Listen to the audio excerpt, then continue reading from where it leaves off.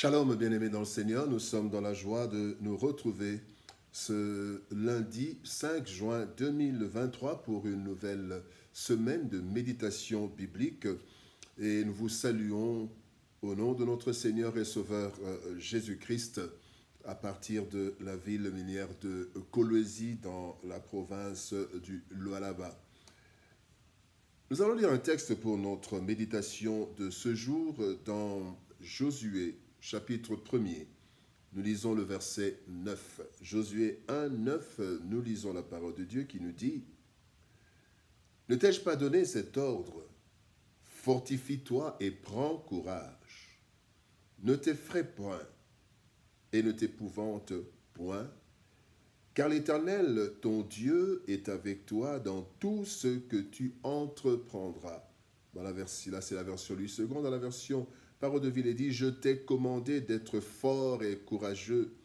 Ne tremble pas, n'aie pas peur, car moi, le Seigneur, ton Dieu, je serai avec toi partout où tu iras.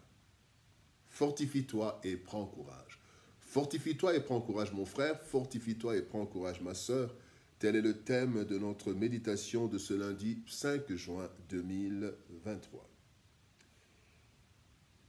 Plusieurs adages, bien-aimés, et déclarations dans le monde et dans l'Église nous font comprendre que la vie sur terre n'est pas une mince affaire.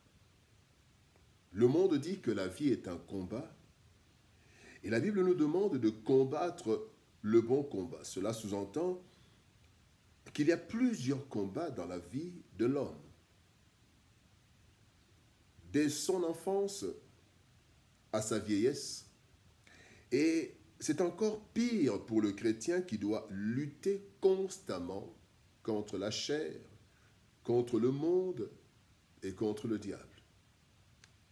Dans le texte de ce jour, Dieu ne contredit pas cette réalité du combat, car il ordonne à son serviteur 3 grandes choses pour le conduire vers des victoires, et cela malgré la présence de Dieu qui fait sa part. Mais il nous demande de faire la nôtre dans les combats de la vie.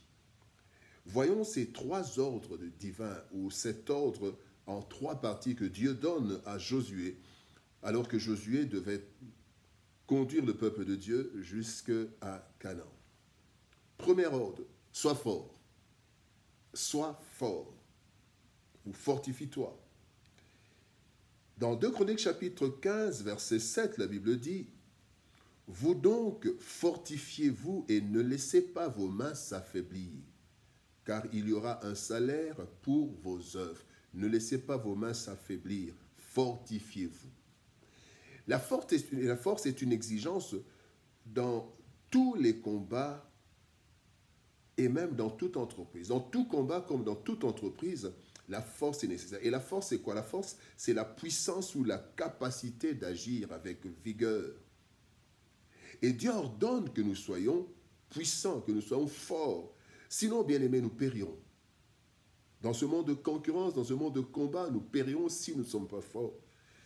Le psaume 68, verset 29 nous dit « Ton Dieu ordonne que tu sois puissant. » Et tu dois être puissant, je dois être puissant, fort. Cette puissance est multiforme. Cette puissance doit être physique, morale, intellectuelle, puissance matérielle, force économique, force sociale. Parce que nous avons divers combats et nous devons être forts. Pour cela, nous devons nous fortifier, c'est-à-dire augmenter régulièrement nos capacités. Et comment augmenter ces capacités? C'est d'abord par la prière. La prière, mais aussi la formation. Nous devons être formés pour avoir de plus grandes capacités intellectuelles, plus de force. Nous devons faire de l'apprentissage, apprendre quelque chose. Et quand on apprend, on connaît davantage, on a plus de force. Mais aussi en fournissant des efforts pour devenir plus fort. Et donc, chaque fois, il faut que nous essayons de devenir plus forts. Aujourd'hui, plus fort qu'hier, et demain, plus fort qu'aujourd'hui. Deuxième ordre que le Seigneur donne à Josué et qu'il donne à chacun de nous, il dit « Sois courageux ». Jean 16, 33, la Bible dit « Vous aurez des tribulations dans le monde, mais prenez courage. J'ai vaincu le monde. » Être fort, bien-aimé, ne suffit pas pour faire face à nos combats et remporter des victoires. Il nous faut aussi avoir du courage. Il nous faut du courage, bien-aimé. Le courage, c'est la disposition de l'âme qui nous fait supporter la souffrance et qui nous fait braver le danger, qui nous fait entreprendre des choses difficiles, hardies. Et c'est très important. Bien-aimés, nous pouvons être forts sans être courageux et nous perdons le combat. Nous pouvons être courageux sans avoir la force, nous allons être anéantis par l'ennemi. David a été très courageux devant Goliath. Il y avait des guerriers peut-être plus forts que David, peut-être plus forts physiquement que David, avec une plus grande expérience, en partant d'ailleurs de Saül lui-même. Mais ce dernier, donc David, avait le courage dont manquait tout Israël. Comme pour David, bien-aimé, notre courage doit reposer principalement sur deux choses. Quand il prend courage, sois courageux. D'abord, notre courage viendra de notre confiance en Dieu. Dans 1 Samuel chapitre 17, verset 37, David dit « L'Éternel qui m'a délivré de la griffe du lion et de la patte de l'ours me délivrera aussi de la main de ce Philistin. » Donc le courage du chrétien vient d'abord de la confiance que nous avons en Dieu. Et deuxième chose, ce courage vient de la confiance en nous-mêmes. Bien-aimés, nous devons avoir confiance en nous-mêmes. Caleb avait confiance en lui-même. Dans Josué chapitre 14, verset 11, il dit, la Bible dit, c'est Caleb qui dit, « Je suis encore vigoureux comme au jour où Moïse m'envoya.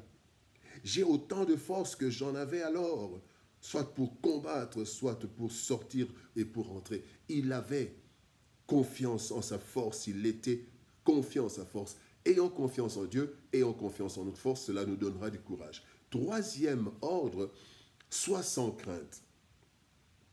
Psaume 46, verset 3 nous dit, « C'est pourquoi nous sommes sans crainte quand la terre est bouleversée et que les montagnes chancellent au cœur des mers. » Bien-aimé, l'une des armes les plus redoutables de l'ennemi, c'est la peur. La peur nous fait perdre nos moyens et nous pousse à prendre des décisions défaitistes. L'ennemi tente toujours d'installer en nous la peur. C'est ainsi que Dieu revient souvent sur cette expression, sur cette recommandation, « Ne crains rien, ne crains point, n'aie aucune crainte ». Voici quelques éléments à même de bannir la crainte en nous. D'abord, l'assurance de la présence de Dieu en nous.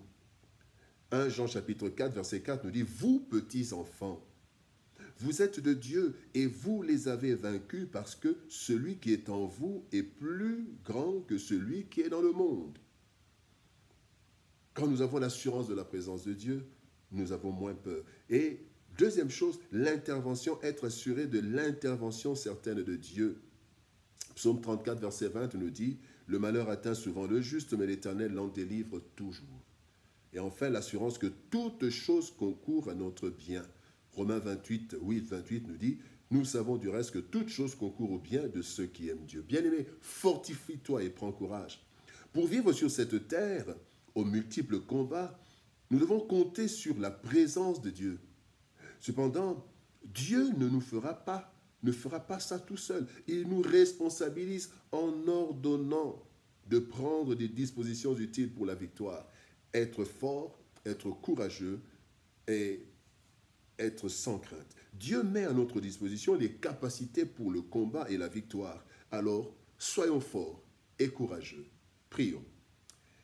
Éternel Père de gloire, Dieu Tout-Puissant, toi qui nous donnes la force, et tu nous ordonnes, Seigneur de loi, dans tous les combats que nous avons, tu les connais et tu es avec nous, mais tu nous demandes de faire notre part, que nous soyons forts, que nous soyons courageux et que nous soyons sans crainte. Aide-nous, Seigneur, à toujours augmenter nos forces en toi, Seigneur, avec toi et par plusieurs moyens, Seigneur éternel, que nous soyons plus forts. Aide-nous à être courageux, à braver les dangers, Seigneur, avec toi, Seigneur, comme David qui disait, je peux même me jeter sur une troupe en armes. Éternel, donne-nous la force, donne-nous le courage, éternel, et surtout, enlève la crainte en nous, parce que tu es là, tu interviens, et toutes choses concourent à notre bien.